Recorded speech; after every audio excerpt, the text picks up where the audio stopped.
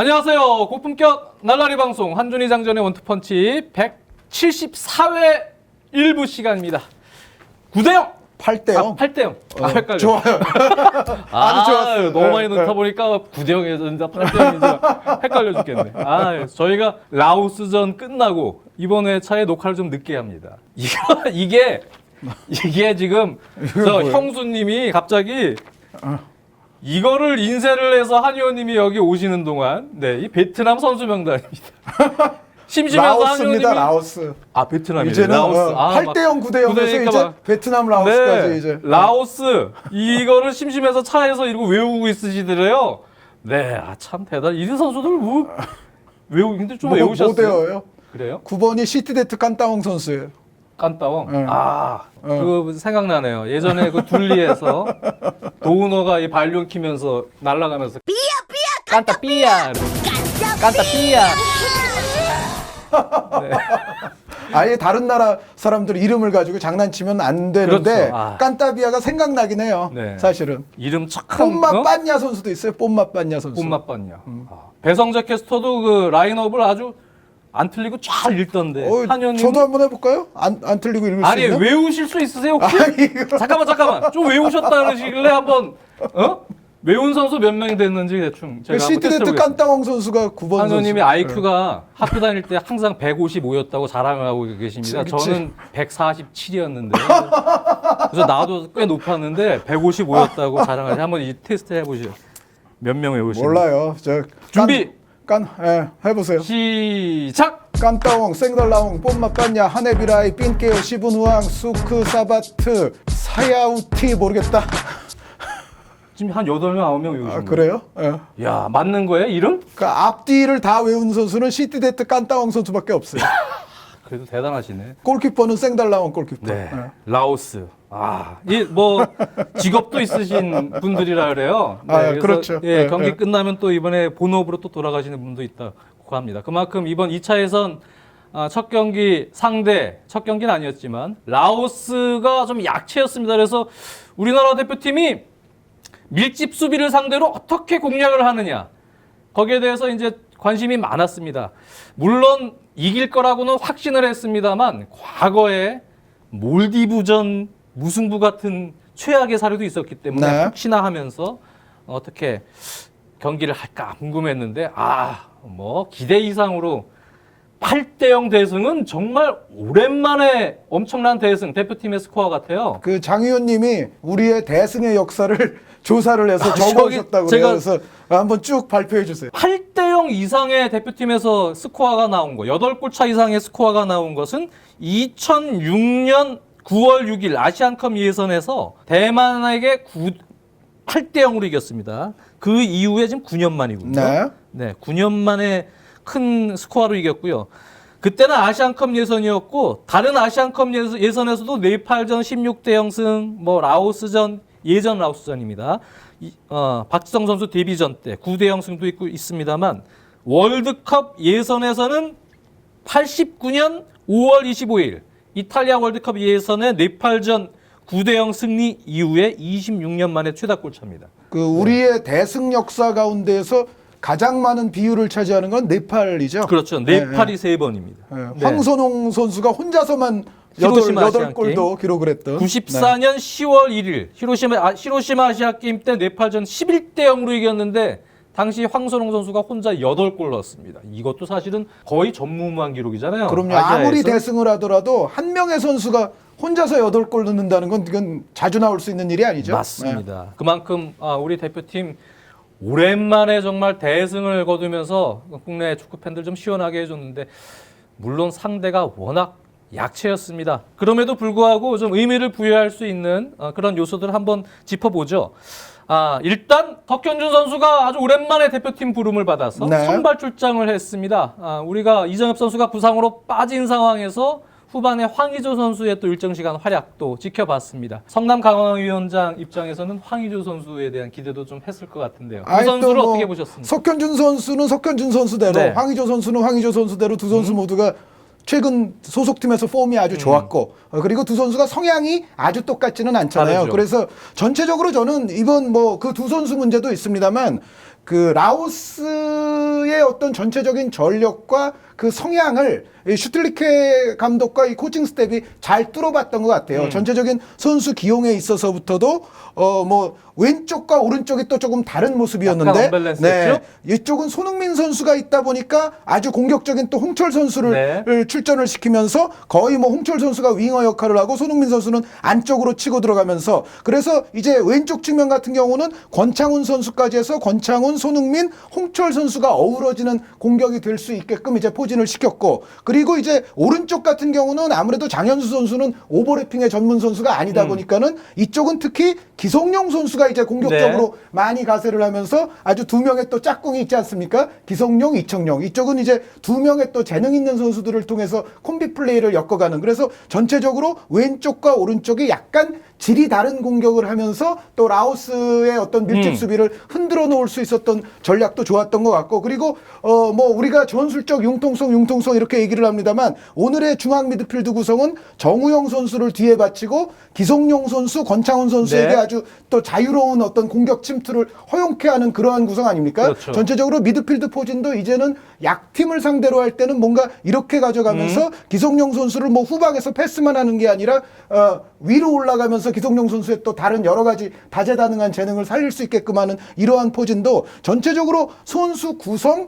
여기에 뭐 이제 석현준과 또 황의조라는 또 스타일이 약간 다른 톱들을 활용을 했고, 전반적으로 우리가 라오스 같은 유형의 어떤 약팀, 그러한 어떤 전력의 팀을 상대로 충분히 또 융통성 있게 풀어갈 수 있는 여러 가지 오늘 해답들이 좀 나오지 않았나 해서 상당히 뭐 골차가 기쁜 게 아니라 이러한 어떤 여러 가지 좋은 모습이 나타난 것에 대해서 좀 즐거웠던 하루가 아닌가 싶습니다. 그렇습니다. 많은 선수들, 거의 뭐 대부분의 선수들이 자기 몫을 아주 확실하게 수행을 해주면서 대승에 일조를 했습니다. 3개 어시스트 해트트릭을 기록한 홍철 선수를 비롯해서, 홍철 선수가 근데 어시스트 해트트릭의 대가인 것 같아요. 이 K리그에서도 한 2번 정도 한 걸로 제가 기억을 하거든요. 아주 필 받으면 뭐 성향도 상당히 활발한 선수입니다만, 그러면 그냥 또 한꺼번에 몰아치는 스타일이 있습니다. 거기에 손흥민 선수의 3골도 있습니다만, 저는 무엇보다도 기성용 선수의 클래스를 확실하게 느낄 수 있었던 그런 경기였을 뿐 아니라, 이렇게 밀집 수비 약팀을 상대할 때는 또 수비적으로 압박도 많이 하고 하드워커들 많이 뛰면서 다시 뺏어내서 또 그거를 들어가고 또 들어가면서 반칙도 얻어내고 하는 선수가 필요한데, 요즘에 권창훈 선수의 이 발전 속도를 보면 실로 놀랍습니다. 그렇습니다. 아주 올라운드 미드필더를 또 한 명 우리가 얻은 것 같아요. 그래요. 이 박지성 선수의 어떤 장점, 이 하드워커 장점도 가지고 있으면서 공격할 때 보면은 이제는 고종수 선수의 느낌처럼 왼발에 또 대가. 그럴 때 느낌도 또 나오는 권창훈 선수.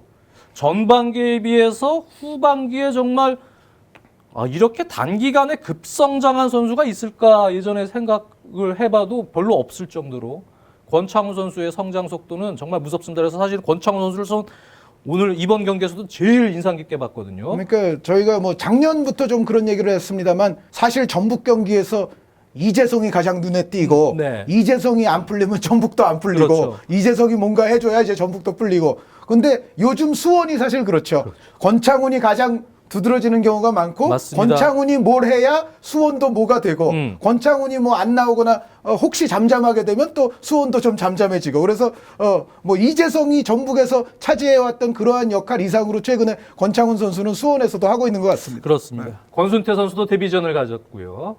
너무 볼이 안 오다 보니까 긴장한 것 같아요. 오랜만에 한두 번 이렇게 오면은 또 긴장했던 것 같아요. 하도 안 오다 보니까 갑자기 하나 오면 약간 긴장한 것 같습니다. 그래서 패스미스가 한번 나오면서 체면을 약간 구기긴 했는데요.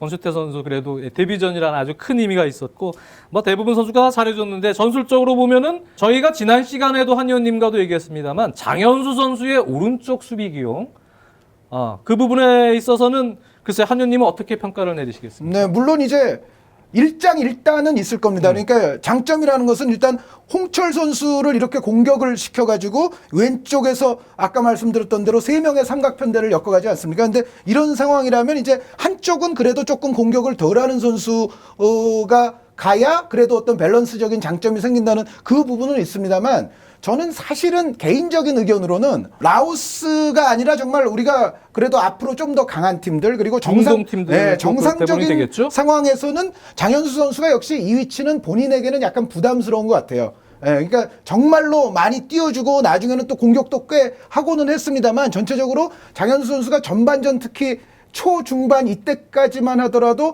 그렇게 편안해 보이지는 않았다는 점.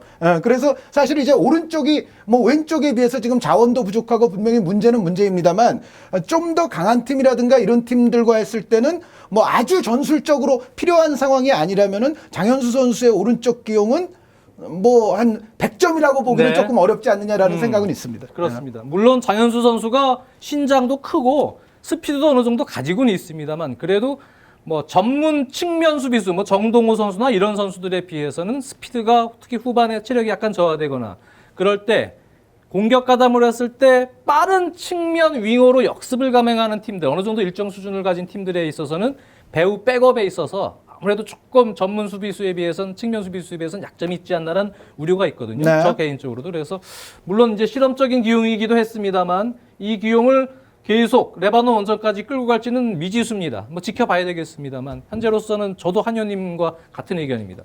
그래도 전문 측면 수비수를 쓰는 게 좀 낫지 않을까라는 생각도 있습니다. 네, 그러니까 이제 라오스전이니까 또 라오스전이니까 장현수 선수가 또 충분히 여기서 뭐 라오스에 그렇게 아주 날카로운 공격을 받을 일은 없지 않습니까? 그러면서 전체적으로 노력을 많이 했고 제 몫은 했다고는 보여져요. 하지만 그 굳이 중앙형 선수를 이쪽에서 이제 더블 이제 한 포지션에 이제 두 명의 선수를 만들지 않습니까? 그럴 때 굳이 중앙형의 선수를 여기서 경합을 시켜야 될지는 한번 좀 생각해 봐야 될 문제가 아니냐라는 생각은 있습니다. 그렇습니다. 저희가 뭐 사실 이 라오스전을 전술적으로 깊이 파헤치고 그런 부분은 너무 상대가 약체다 보니까 네, 그 부분보다는 이제 레바논전 사실 중요한 경기는 레바논 원정입니다.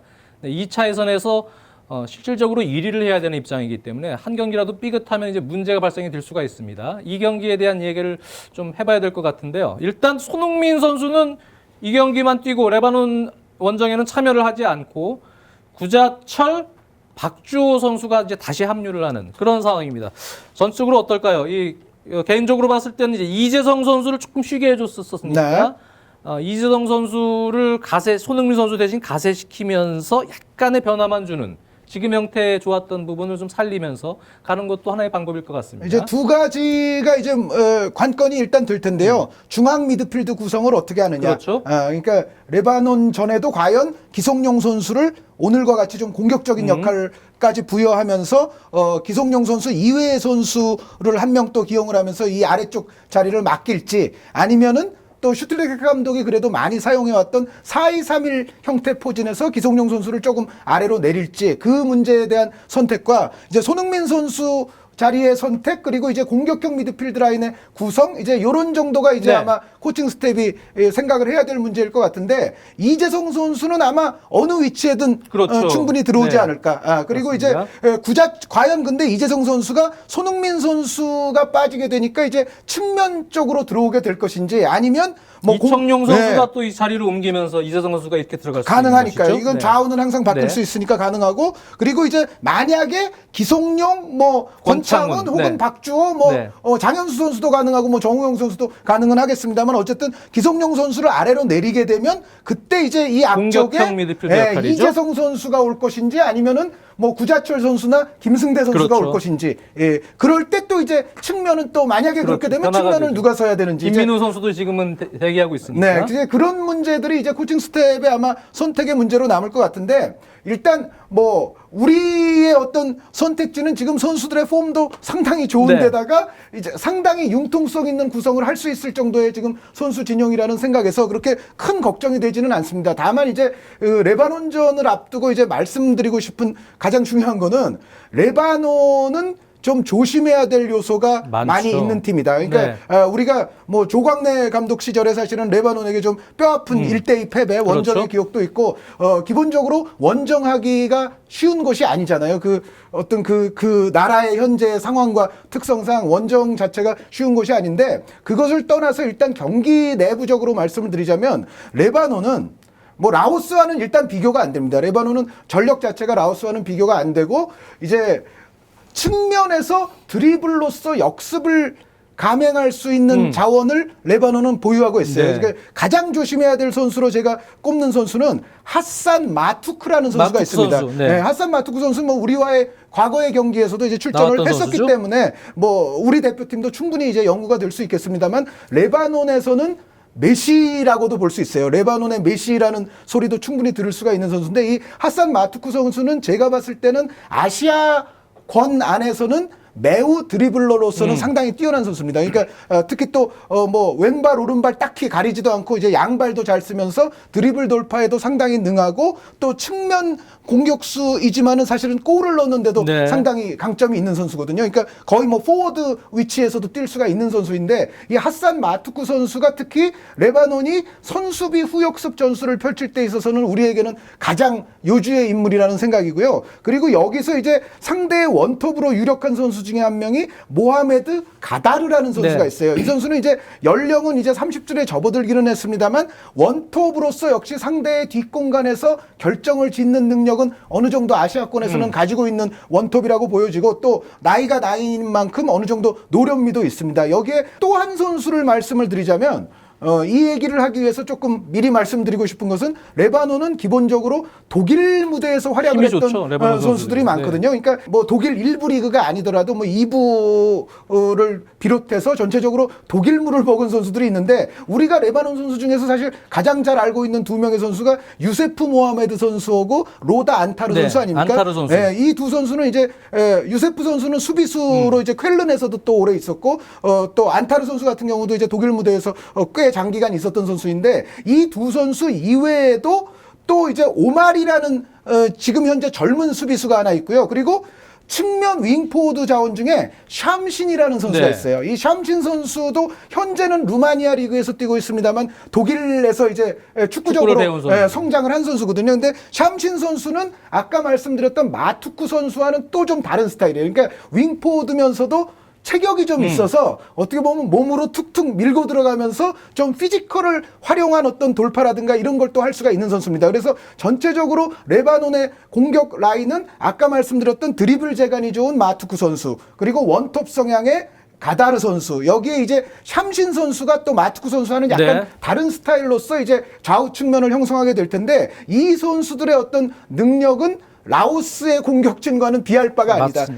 레바논도 물론 우리를 상대로 홈에서는 약간 내려앉았다가 이제 역습의 전술을 펼치기는 하겠습니다만 전체적으로 앞선에 있는 선수들은 그래도 아시아권에서 우리가 경계를 충분히 해야 될 선수이고 그 가운데에서도 마투크 선수는 뭐 군계 일학이라고도 볼 수가 있겠고요. 그리고 여기서 설사 주전은 아니더라도 나왔을 때 우리가 좀 조심해야 될 선수가 모하마드 하이다르라는 선수가 있어요. 네. 이 하이다르 선수는 마투크 선수에 비하면은 약간 경량급이기는 한데 역시 하이다르 선수도 드리블 돌파 능력이 있습니다. 이 선수는 이제 왼발을 주로 쓰면서 이제 왼쪽 측면에서 드리블을 해 나가는데 마투크 선수만큼의 어떤 다양한 드리블은 아니지만 어쨌든 하이다르 선수도 조커로 나오게 되면은 드리블 돌파 능력은 분명히 우리 입장에서는 좀 생각을 해야 된다. 그리고 여기서 이제 드리블을 통한 상대의 어떤 역습이나 이런 것 이외에 또 한 가지 우리가 레바논전에 신경을 써야 될 대목은 라오스전에서 우리가 굉장히 또 득을 봤던 것 중에 하나는 역시 신체 조건 아닙니까? 라오스 선수들이 작잖아요. 근데 레바논은 약간 이란이랑 비슷하죠. 레바논은 큽니다. 네. 레바논은 아까 말씀드렸던 뭐 안타르라든가 유세프 모하마드 이 독일에서 뛴 선수들 다 큰데 여기에 또 좀 신예급으로 독일에서 뛰는 수비수인 오마리 선수도 사실 신장이 굉장히 커요. 그래서 전체적으로 이 미드필더나 수비 쪽에 또 혹은 또 공격 쪽에 큰 선수들이 한 두세 명씩은 또 다 포진을 하고 있어요. 그래서 전체적으로 레바논의 평균 신장은 우리보다 뭐 약간 작을지는 몰라도 군데군데 있는 선수들이 거한급 선수들이 있습니다. 그래서 전체적으로 레바논과 할 때 우리는 조심해야 될 것이 역시 상대의 세트 플레이.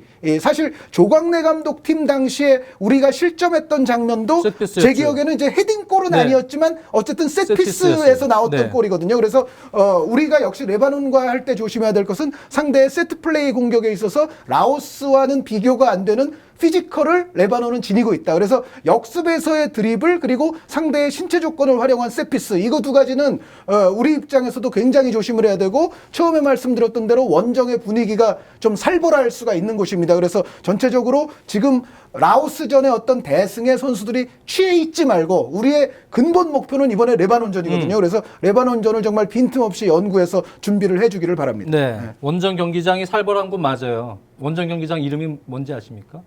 베이루트인데 무니시팔. 무니시팔 경기장이에요. 살벌해요. 욕 나오잖아요. 욕. 네, 재밌었어요. 네. 재밌었어요? 아주 재밌었어요. 네. 한 의원님께서 네, 레바논 원정에 대한 레바논의 전력 분석을 잘 말씀해 주셨는데요. 저는 레바논이 경계해야 될 원정이면은 분명한데 제가 이렇게 지난 대승의 역사 이후에 중동 팀과 붙었을 때 상황들을 좀 보니까요. 가장 중요하게 생각해야 될 부분은 역시 정신적인 부분이 또 하나입니다.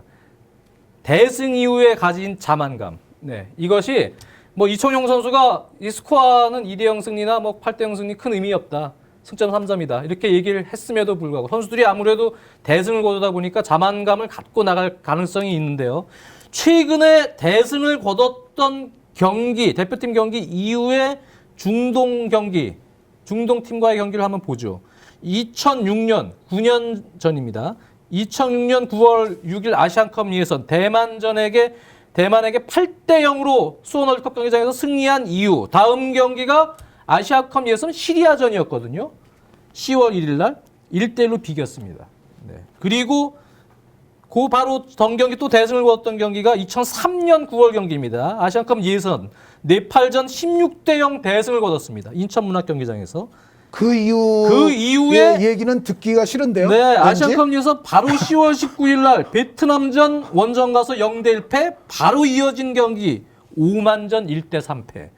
오만 쇼크였죠. 그러니까 베트남 쇼크에 이은 또 오만 쇼크. 네. 이게 뭘 얘기해 주냐면요. 최근에 기록에 지금 기록으로 나와 있어요. 그러니까 우리 선수들이 대승을 거둔 다음에 중동 팀하고 만나면 성적이 좋지가 않습니다. 근데 그 얘기는 정신 바짝 차리라는 얘기입니다. 그러니까 장 의원님 그 자세한 이 일정 조사가 굉장히 도움이 될 것 같아요. 네, 그래서 물론 손흥민 선수도 보내고 그런 상황입니다. 우리가 약간 뭐 여유를 갖는 듯한 느낌입니다만은 지금 기록이 말해주고 있습니다. 절대 방심해서는 안 된 상대고요. 그러니까 대만전 이후에 시리아전이 있었고, 네. 그리고 2003년에는 네팔전이었나요? 네팔전 대승 네팔전 이후에 베트남전, 오만전 연이어 네, 패배를 했어요. 네, 아시안컵에서. 그래서 그런 부분들을 우리는 지금 상기를 하고 있어야 됩니다.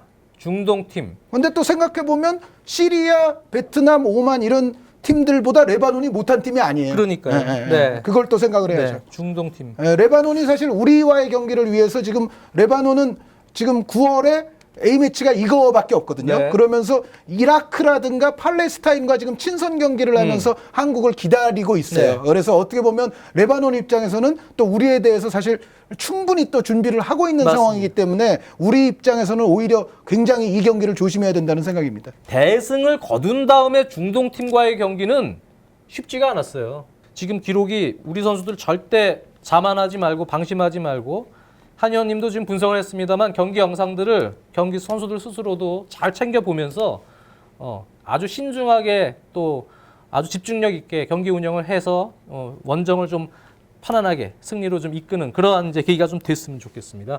자, 마지막으로 라오스전 네, 다시 기쁨으로 돌아와서 네. 네. MVP 딱 2명만 뽑고 끝내죠. 기성용, 홍철. 기성용 선수는 뭐 경기 내내 축구 달인, 네. 뭐 축구 도사 같은 모습을 꾸준히 보여줬었고, 홍철 선수는 사실은 우리가 빠르게 어쨌든 선제골을 얻어내고 계속 이제 다득점으로 가지 못하면 또 뭔가 좀 꼬일 수 있는 상황이잖아요. 그렇죠. 네. 거기서 홍철 선수가 초반부터 계속 만들어줬던 거, 그거를 높이 사서 네. 기성용, 홍철로 했습니다. 그렇습니다. 저는 손흥민 선수는 당연히 이제 잘했는데요. 저는 손흥민 선수 말고 기성용, 권창훈. 네, 권창훈 뽑겠습니다. 선수 자격이 있죠. 네. 네. 자, 한준희 장전의 원투펀치 174회 우리 대표팀의 월드컵 2차 예선 라오스전 얘기 또 레바논전에 대한 우리의 각오 한번 저희가 대신해서 한번 말씀을 드리는 시간 가져봤습니다. 2부에서 뵙겠습니다.